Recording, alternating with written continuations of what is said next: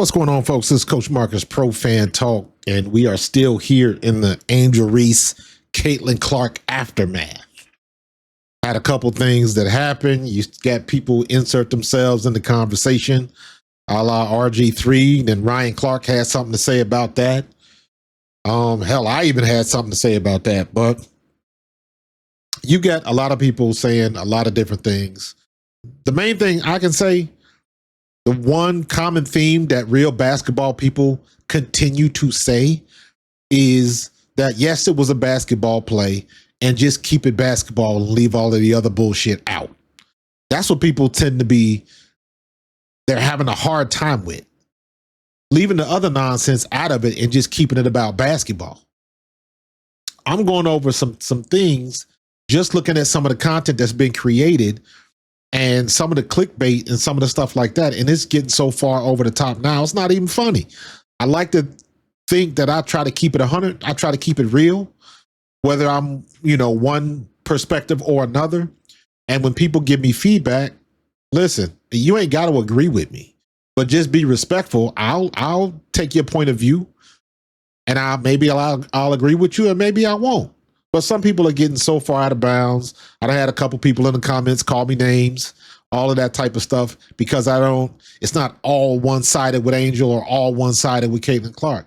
Now, there's levels to this, and there always will be.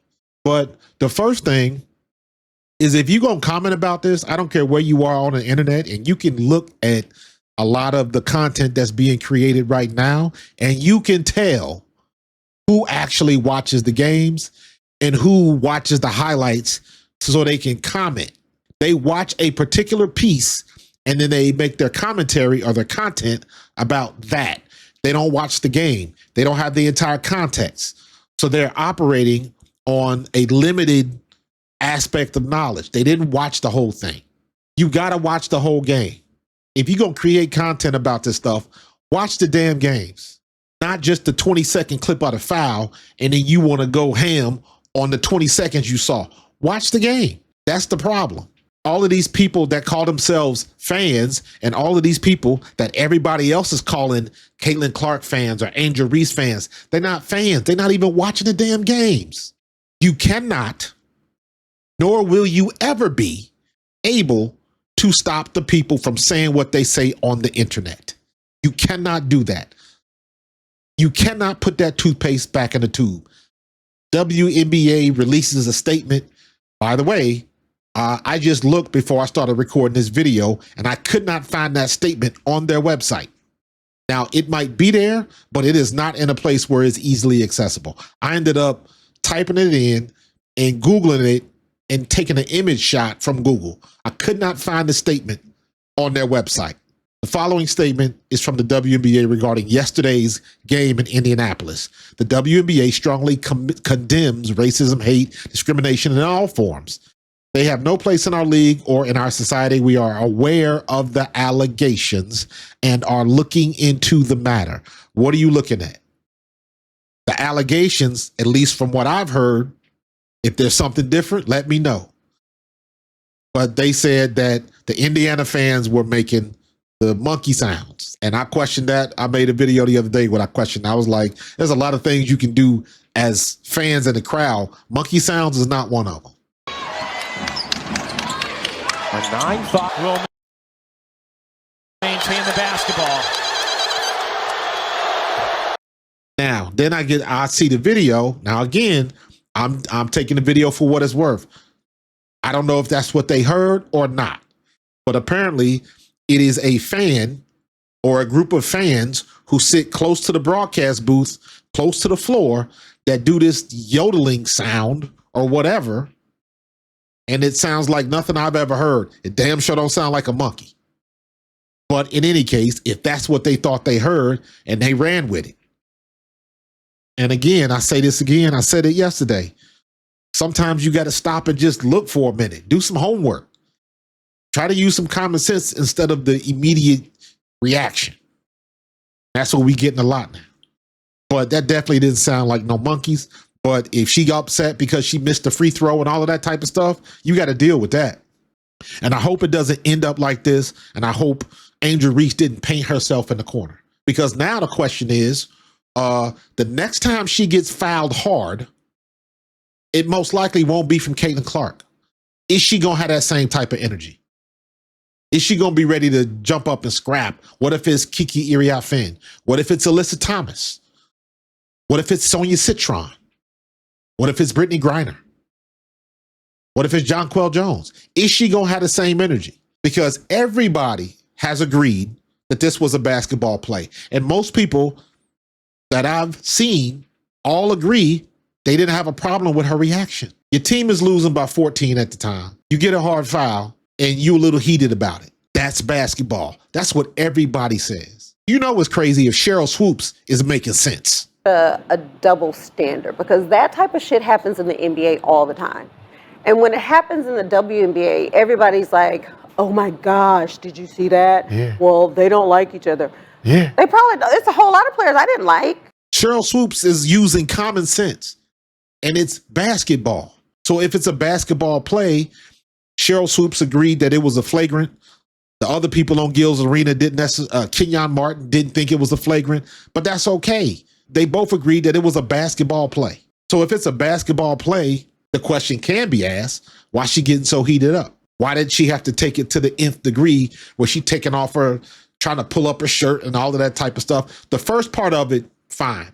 The immediate reaction and all that kind of stuff, that's basketball. I'm going to find a clip of Natasha Cloud and Kelsey Mitchell going at it. And Kelsey Mitchell actually put hands on her.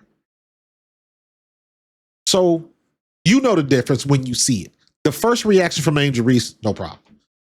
The second extended, somebody got to hold her back. She pulling her shirt up for what? Clearly, the girl didn't want to, Caitlin Clark wasn't trying to fight. So let's just chalk it up to blowing off steam. It just made you look funny. And it extended the situation. But it is what it is. It's basketball. I ain't going to fault you for it. Not the greatest look in the world. But hey, that's basketball. And for the going back to this WNBA statement about what you're going to hear in the crowd, and are we going to start policing that? Because if the people that they're pinpointing in this video that I just showed, those are people that have been season ticket holders, they close to the floor, they've been at several games doing the same thing. Nobody had a problem with it. But now, because Chicago got beat badly, now it's a problem. And this is a very, very easy solution. Not if, I don't even know if they don't do it already, because I would think it would be common sense. You place a security guard or whatever, however your security is laid out, you place somebody at the bottom, sides, and at the top of every section. Now, I don't know, you wouldn't have to go through the whole arena, because the people from the upper sections, you're not going to hear what they're yelling down on the floor. But if anybody's ever been to an arena, sometimes the sound levels go up and they go down. And sometimes when they go down, you can hear what's going on around you. There's been NBA games where you can hear what's going on in the crowd when the microphone is close enough and the game is going on. So it's very easy to pick up them sounds. So to have somebody station, a security guard station in the aisle at every section, so you can get a gist of what's going on. And I'll say it again, most times in a situation like that, when fans get out of order, other fans will usually point them out. Players do that as well, especially now when you got fans that are so close to the court nowadays, because now that we mainstream now that the WNBA is mainstream, this is what comes with it. You're going to have people like Portnoy and all of and guys like that that's going to yell stuff like that, because that's what they paid for, whether you like him or not. What he has possibly said in the past about Angel Reese has nothing to do with what his right is to say while he's in the arena. If you go after one, you got to go after all of them. And again, one person, very easy. He is very easy to recognize. And if stuff was coming from him, it is very easy to get it on tape, to get it a recording of it. They got too much technology available. And not for nothing, let's see if this happens now going forward. All of these people that are going to the games, you got your phones out, you filming drip and celebrities and all of that. Let's see if somebody can get the nonsense on tape. Let's see if somebody's going to call somebody out for it. You're filming everything else. You want to see outfits. You want to see bling. You want to see who's sitting in the front row. You want to see the couple making out over there. All of that stuff. You want to show people you at the game with the selfie. Show what you're eating. You show all of that bullshit. But when something grimy happens, nobody got it on tape. So let's see if going forward, the fans on site will be a little bit more aware of what's going on around them. And you know what? If they do have some fans that are getting out of order, point them out. Because sometimes the home team, they'll get out of order. But I'll say this right now, if you're going to do that, that might be a slippery slope. But at least you know what's going on. And I saw a thing, and I guess the Minnesota Timberwolves put it out.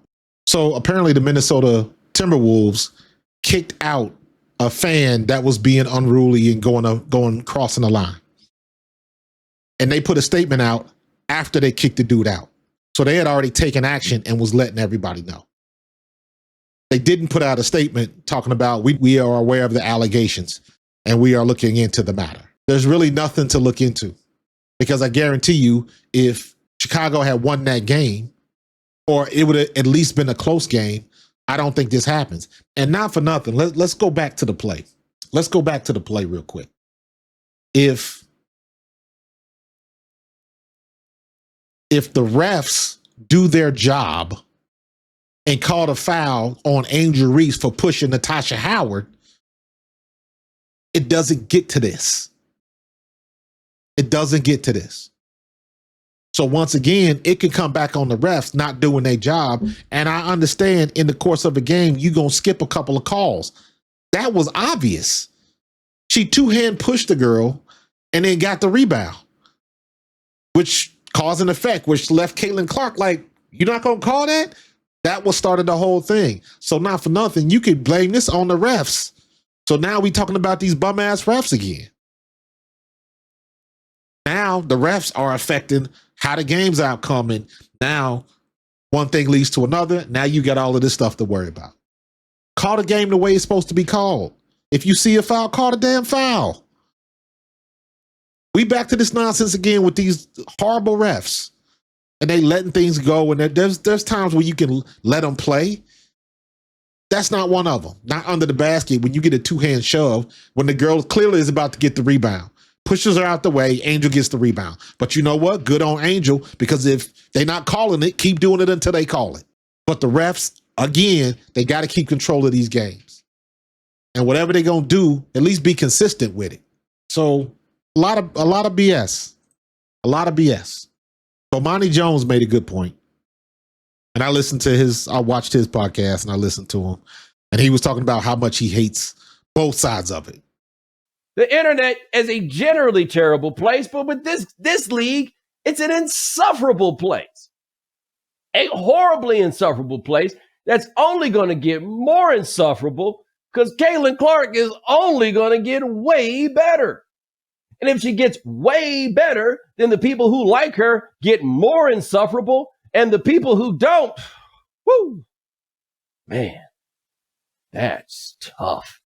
Because it's to the point now where it's so insufferable, regardless if you a Caitlin Clark or an Angel Reese fan. And I agree. I'm not afraid to let people know that I'm an Indiana Fever fan because of Kelsey Mitchell and Caitlin Clark. I've said that many times before. Watch the videos. I'm also an Angel Reese fan. When she was at LSU and they beat Iowa that year, I can like both of them.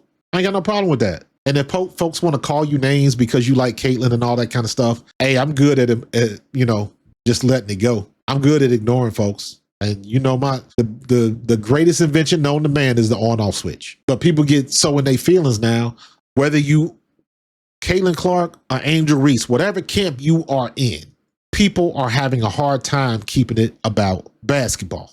And that has become the problem. Because you got all of these people involved and everybody got something to say that weren't even trying to be in the conversation before because I ain't got no time for that women's basketball. I'm not interested, blah, blah, blah. Now it's generating clicks and traffic. And now you got something to say. I'm not buying the stuff with Stephen A. Smith and Monica McNutt either. Because I know Stephen A. Smith is smart and he doing this to get the clicks and the traffic. It was a basketball play. McNutt and Ogumake said that on the telecast with Mike Greenberg this morning.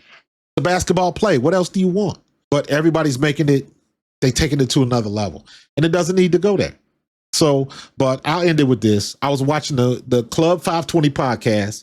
DJ Wells is on there, and he said that he summed it up perfectly. And it's bad because everybody is using this for their own narrative. Like, you got a lot of fans that are definitely racist that use Caitlin Clark to hide the fact that they're racist. Yeah. We've been seeing it, a lot of different stuff, and it's nasty as hell. Even the fact that the W had to step in and say, hey, clean this shit up before All-Star gets moved around. But then you got other stuff where people just using this for their own sakes, bro. It's not that deep. They playing basketball. Don't be weird. It ain't got to be no race war shit. You can honor both of those players. Keep it on court. If you keep it on court, no, they're not comparable. They're in different worlds. They're in different situations, of course. Angel Reese is going to be the franchise for the sky. They're growing. They didn't have a practice facility. She's getting them turned up. Caitlin Clark, generational talent. She's the one. They put the team around her right now. Just keep it basketball, y'all. And that's it in a nutshell, man. Just keep it about basketball, and everything will work itself out.